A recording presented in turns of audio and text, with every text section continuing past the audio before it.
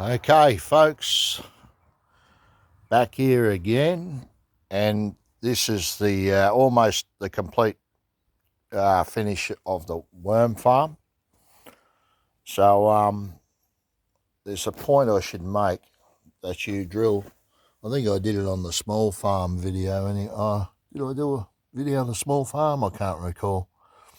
But anyway, yeah, I got a hole here and a hole here. This is an overflow. It's way above the tap. Well, but it's pretty much almost, well, the top of the reservoir's up about here, so it's a little bit lower than that. But we don't want the water coming up to the soil level and sitting there stagnant. You'll end up with drowned worms. We don't want that. So we want our worms to live, don't we? So I've got quite a lot of worms in here. I put about, you can see them here, crawling around. There they are, crawling around in there. There's another one here, just here. All right, so there's plenty of worms in here now already. But the thing to do is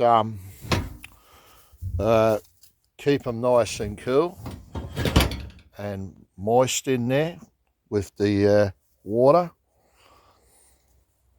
You can set up a little spray irrigation system on a timer if you like. You can get real intricate with it. I'm keeping it fairly basic. I've got another space right here.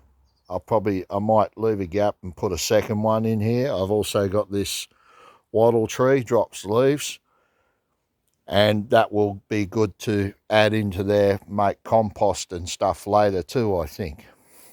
Haven't checked it out, but I think that'll be suitable, because that matter all breaks down and make good soil.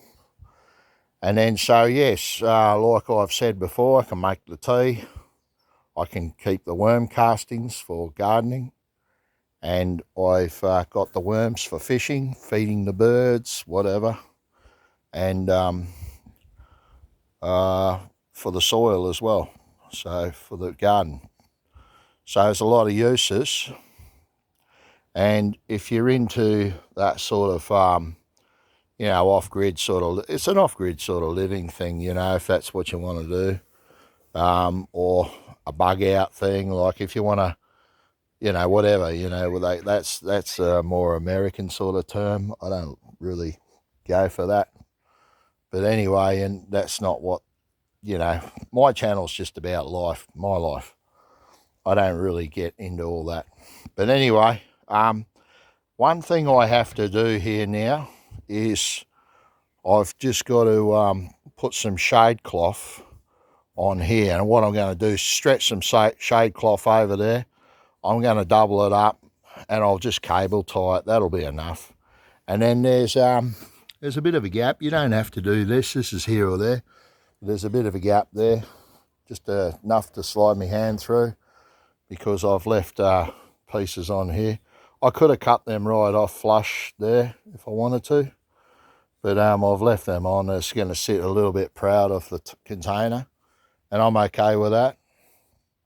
It's not as rough cut as you may think. That end's actually just sitting lower.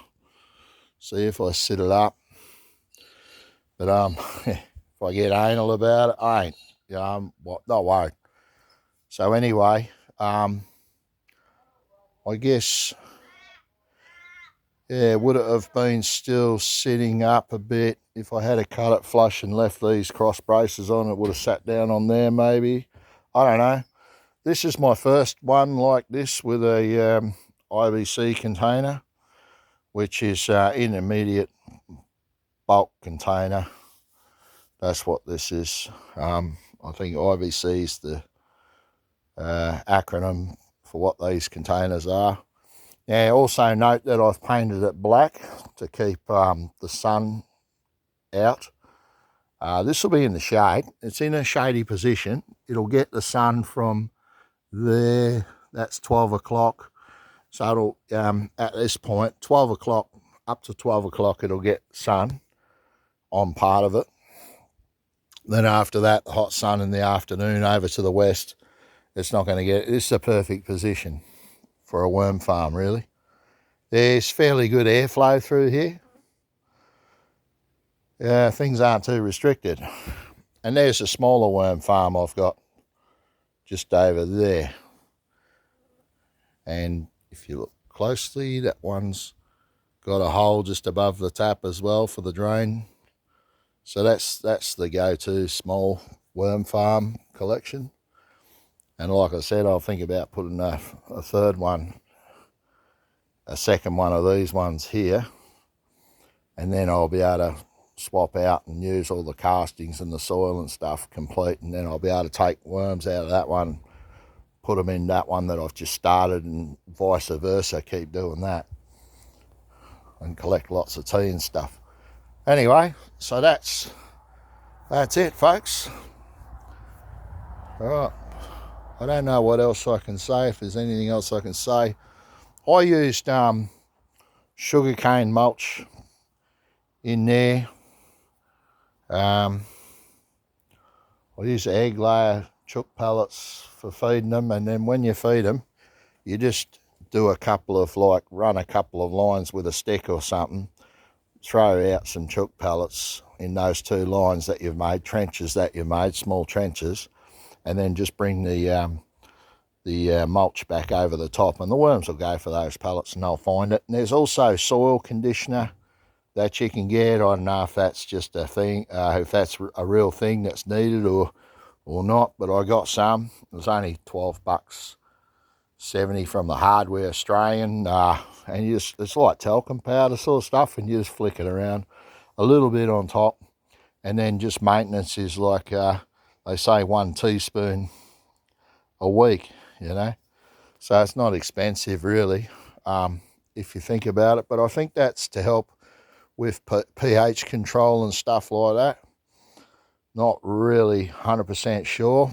That's gonna, I'm gonna have to investigate that further, what all that's about. But anyway, I've chucked some on here to start, and sort of like, we got 2.5 kilo, I think, of worms in here. Maybe 5 kilo, 2.5 to 5 kilo. Seems like a bit of a stretch, but yeah, as you've seen, I just moved a bit of the dirt then and we saw worms, right? So there's a lot in there. I didn't just dump them in one spot, I spread them out. And that was quite some time ago. So they're quite happy there. They're hanging around the top and all. They're not too phased. The mulch is necessary over the top because you don't want, at least if you haven't got shade cloth as well, it keeps the heat out, but also keeps bird activity out. You don't want to come home and all your birds are in there, all your wild pet birds are in the worm dirt, you know, eating dinner when they shouldn't be. Yeah, so anyway. All right, folks, I'll see you later, huh? All right, bye.